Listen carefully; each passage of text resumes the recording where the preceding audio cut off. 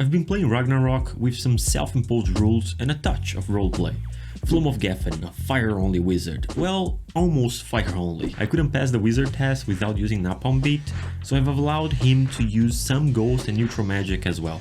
After all, Flamma is a genie in disguise. That's the light roleplay. Since starting this challenge, I have had to drop a few rules, but here are the ones I'm still following. No Kafir Warp. This rule forces you to explore the map. I have lost count of how many times I've traveled between Morrock, Pion, Prontera, Geffen and Aldebaran. Walking the same path over and over again can be tiring, but it's also somehow rewarding. The slower pace helps me to enjoy the journey, to enjoy the game. And if I'm in a hurry, I have given myself the freedom to use Flywing. Now, of course, you could ask, well, if you're using Flywing, then just use Kafir Warp. Yes, but the idea here is to use in moderation, not overuse it. Anyway, the other rules: no storage, no cash shop, no add-on gear, no trading outside the group. There were 4 other people playing with this style with me, but we wouldn't play together all of the time and we could trade with each other. We were not actually trading, but just giving each other gear that we find. Now, I've just become a wizard. I decided to tackle the Porn King instance dungeon once again because I was at that level capped for it and it gives a good amount of experience point. Plus I earn 5 explorer coins each time, but that's a feature that is exclusive to this server I'm playing.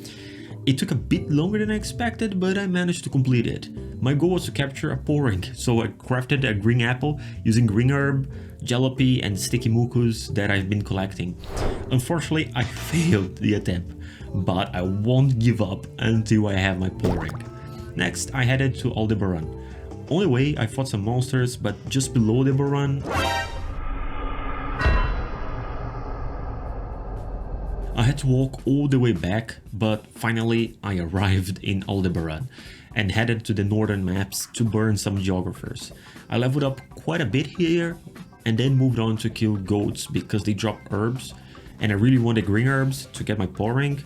But then the problem that I found out is that goats and grandpacos, they are property fire, so I'm completely harmless to them. They don't attack me, but I cannot attack them either, so I decided to explore a bit more, but as expected, the Harpies were too strong for me and they easily defeated me. I decided to walk back to Prontera, maybe head to Anthell a little bit. On the way, I successfully crafted a green apple and I finally captured my Porring. I cooked several apple juices, so now it's just a matter of time of incubating my new Porring friend. That was one of the things I really wanted to do with Flamma. Afterwards, I went to Alberta to complete the Porring King quest. Then I returned to, that's how it works in this server. You can do some of these dungeons and then you go to Alberta and then you can deliver the quest. And you earn a good amount of experience points and you earn these coins. And with these coins you can buy some good gear. Then I returned to Islud and made my way to Morrock, heading for Anthell. Upon reaching the Anthell, I focused on farming Vitatas, hoping to get their card.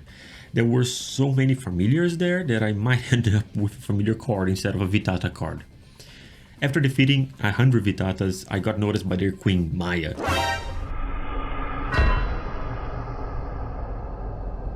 I had forgotten to save in Morrock, so I was sent back to Islud. And that was the end of day 11. In the last video where Flamma goes from novice to becoming a wizard, it took 10 days of gameplay. Some days I played for a few hours, other days for just half an hour. Playing a grindy Korean old MMORPG is perhaps not the most fitting hobby for an adult nowadays. But hey, here we are, right? Day 12, Group Adventure. Our destination was the Orc Village and we were on the hunt for an Empyrean to create our guild. We fought fiercely, slaying around 700 orc zombies, but no Imperium. We decided to set a new objective for ourselves, to conquer every single dungeon in the game at least once.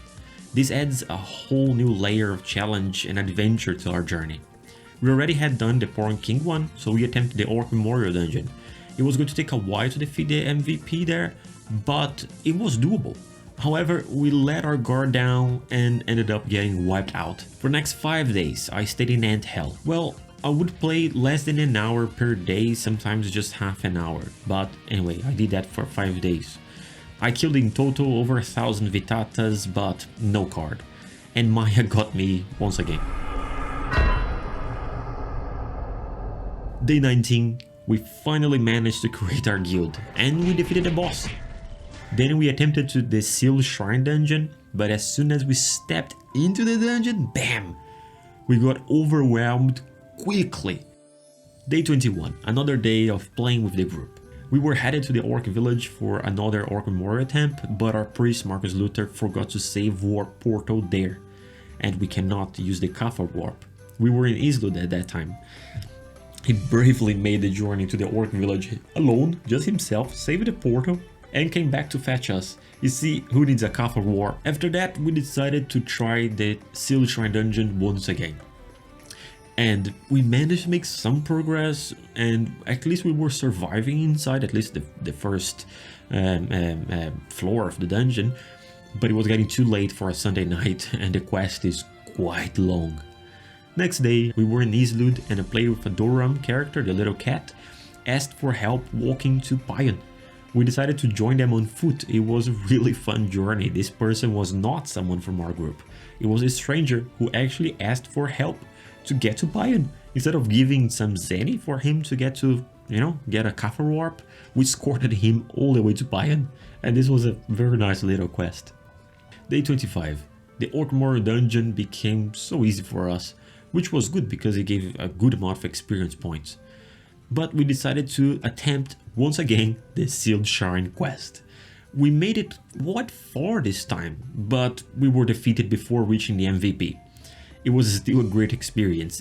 Failing is fun, and being able to make a bit more progress every time we try this dungeon, it makes you feel that you're getting stronger, that you're getting more experienced, and it feels nice.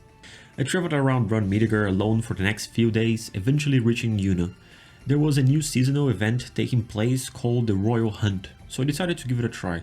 The quest required me to kill different types of monsters. After hunting some monsters near Prontera, I headed to Geffen to hunt dragons. I was a bit hesitant about participating in these seasonal events, because I felt that it could detract from the essence of the Nuzlocke challenge, this Iron Man challenge. I mean, it might make things too easy. These seasonal events, they provide excellent consumable items, making early game solo play, possible of course, but also easy. However, the Royal Hunt offers some interesting gear and it's not really overpowered. The other members of the group were participating in all seasonal events. I feared that by doing so, it might become too similar to a no cash shop challenge, which wasn't exactly what we had in mind. We had in mind something more challenging than just not using cash shop.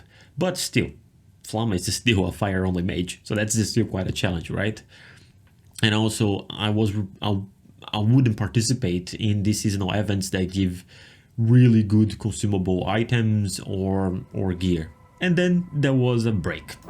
I had to travel for work for several weeks. Others got busy with their own lives and adult life, I guess. But eventually the flame reignited and the group was back. Some of us had leveled up more, like almost nothing. He was third job already. But that's the thing, right? Especially playing MMORPGs nowadays. It's like this, people take breaks, and that's what I always say, that Ragnarok is like this really good background game that you always return to. And all of us in our group, we all end up returning to Ragnarok eventually, and that's exactly what happened. The group was reunited, so we decided to tackle challenging things. We hunted the Freoni. This was our first MVP in the open world. After that, we decided to try the Endless Tower, and we knew we would fail, but the point of the Endless Tower is to see how far can you go in it, right? On the 5th floor, we managed to defeat both the Freoni again and the Maya. On the 10th floor, we would have to face Lady Tani and the Mistress, the Queen of the Bees. We knew we wouldn't be able to defeat the Mistress because she's super strong. You need to be prepared, you need to have some wind type armor. But we managed to put up a fight against the Lady Tani. It was quite hard, but we were doing it. And actually, we were on our way to defeat her. We had enough members in our group so that when some of us died, the others could resuscitate the others. But eventually, the Mistress arrived. And that Jupiter Thunder on each one of us, no chance. It's just impossible. We knew we would be defeated by her anyway, but it was a nice run. Actually, I think we managed to go much further than I expected. After that, I went to Rachel to level up. Level 90 above, I think being around Rachel is a good idea. The monsters around there, they're perfect for that level range. I spent the following days killing the monsters nearby. There's an NPC in East Rachel that gives a quest. And that's, of course, that's Renew. You need to kill 80 monsters in the map, and the idea is that you are helping them to reduce the monster population and make Rachel safer. Actually, this is a quest that it's like a system of quests that starts in the Eden, but I cannot step in the Eden. But it's okay, I can talk to any NPC in the world. And that's exactly, and they don't refer to the Eden anyway, so that's fair game for Flamma. I also went to South Rachel and finally level 99. Having reached level 99, now it's time for Flamma to exert his revenge. Remember those damn cockroaches at the beginning of Flamma's journey? I swore I would have my revenge in Prontera's coverts. And I will have it. I asked help from other members and together we went to burn the coverts. To burn every single bug on every single floor. We found the grave of the Golden Thief bug, the master of all the bugs, so we decided to wait for him to respawn. I know that the Golden Thief bug is property fire, so I'm harmless to him, but still I wanted to face him. It's part of Flamma's journey. But there was a Rune Knight. I politely asked him to allow us to die to the Golden Thief bug before he killed it, because of course we wouldn't be able to kill the golden bug. But the guy didn't even answer me. Eventually the golden bug respawned and we found him before the Rune Knight. Now it's time for revenge, and as expected the boss killed my friend and my fire magic did nothing to him. I knew I would die, but I thought, okay, let me at least hit him with my staff. But then the Rune Knight appeared and killed it with one skill. I didn't have even time to use napalm beat or anything. And the guy left without saying anything. I didn't even get to die to the bug. I wanted to die to the golden bug. Right here is a reminder of the problem with contemporary Ragnarok. And look, this server has the green aura, which makes the MVPs much stronger. It shouldn't be easy to hit kill an MVP. What is the fun in doing that? That guy had killed his MVP an hour ago, it's the same guy. All that this guy is doing is every 1 hour finding the MVP and kill it with just one attack in the hope of dropping its card. What is the fun in that?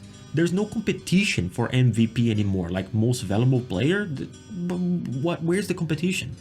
No wonder we get burned out with the game. We play, we get burned out and we stop playing. Because the meta, the power creep, has consumed the game and has consumed us as well. That is why I like my level 99 fire only wizard. It took me 35 days to get to level 99. Not actual days of course, but days in which I played, and most of the time I would play for about half an hour, in a very inefficient way. But that's the point. Why should we be efficient in our gameplay? There's a definition of games according to which a game is a voluntary attempt to overcome an unnecessary obstacle, like reaching the peak of a mountain. It's unnecessary. Why would you reach the peak of the mountain? There's no point in reaching the peak of the mountain. I mean, no point in the sense that you're not gonna earn money, right? Unless you're doing for a competition or something like this. But normally, if you decided to climb a mountain with your friends, you do that for no good reason other than for the thrill, for the fun, right? Now, you could easily reach the peak of the mountain by helicopter, but that would not be fun, right? Nobody does that. You go climbing to the peak of the mountain. That's what you do. Climbing, in this sense, is a game. It's a voluntary attempt to overcome an unnecessary obstacle. We don't have to play Ragnarok. We don't earn our wages with Ragnarok. Quite the opposite, we spend our wages with it, right?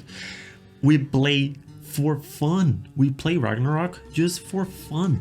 Now, the fun can be the challenge, of course. Climbing is a challenge, so competing the meta, competing to see who can kill the MVP, that is a challenge, right? And I understand that, like playing competitive games. But where's the competition here? There is no actual competition between who is a stronger player, but only who finds the boss first. Whoever finds it first, kill it instantly. This is not competition, but a shadow of one. A simulacrum of a competition.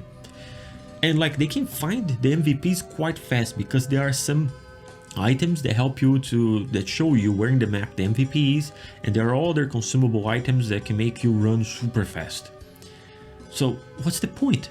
If there is one thing this whole journey with my fire only mage taught me, is that as players we can decide whether to be active or to play like zombies, to just follow the trend, the meta, and just spend our money in it. I guess by getting older perhaps, you start enjoying more the little things. And look, if there is any genre of game where the journey matters more than the destination, that would be MMORPGs. Even more than RPGs like offline single player RPGs. Because RPGs, usually they have an actual end game. There is an end in Zelda or Skyrim, but there is no end in an MMORPG. There isn't. We talk about end game content, but what that actually means is the eternal gameplay loop once you reach max level in an MMORPG. But it's not really an end. Contemporary Ragnarok, at least if you play trying to reach the meta, buying the brandest overpowered gear, it is not a game. It's not like climbing a mountain. It's more like a sort of bizarre competition of who gets with their helicopter first at the peak of the mountain. I mean, not even that. It's who can teleport first to the peak of the mountain. And that's it. What's the fun in that? Well, but that's the thing. And it's a good reminder, actually. And actually makes me enjoy my character way more. It's a reminder that, because I used to do that. I used to run for the MVPs and that kind of stuff, and I have detached from that, and this freedom, it has been so rewarding. Well, anyway, burning the bugs, check. Moving on with my checklist of revenges with Flamma. Time to do the next things in my list. I remember my friends got defeated by some pouring boss type monsters. I don't remember which one, but I decided to hunt them all.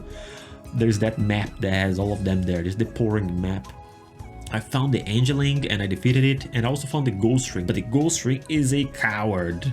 He keeps teleporting.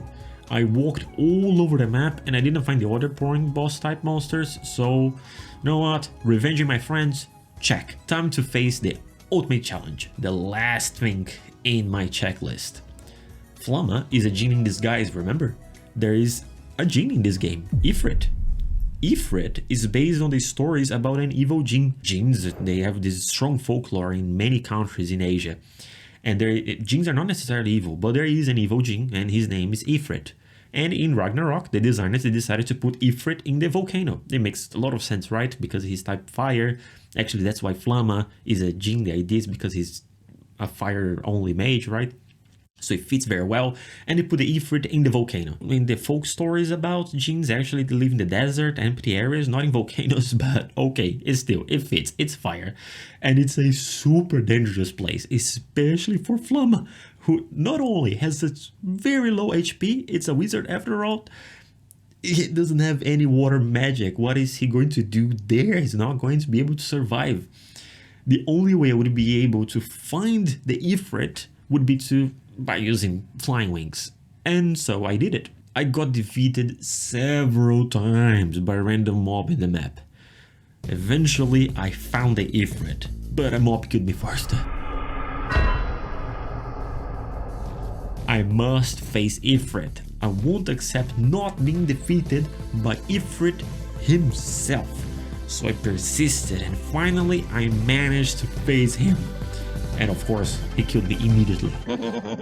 This is going to be so cool! Facing the evil jinn, check. Flamma has reached a milestone. He became a powerful... well, not a powerful wizard, right? He became as powerful as a wizard can be, and had the courage of facing his enemies. Not always he won. My life is not only made of successes, right? But also failures. MMORPGs are more like real life than scripted stories. The hero not always wins in the end. Flamma's revenges were also only half completed. And like life, there is never an end. The story always goes on. Thank you very much for watching the video. If you want to play in this style, check out our Discord link. I pinned the commentary section and also in my bio here in YouTube. Next video will be about how it was to play with you guys. Yes, you guys here from the commentary section in the Discord, and it was super fun. And if you guys want to join, just join the Discord link. See you guys next time. Thank you.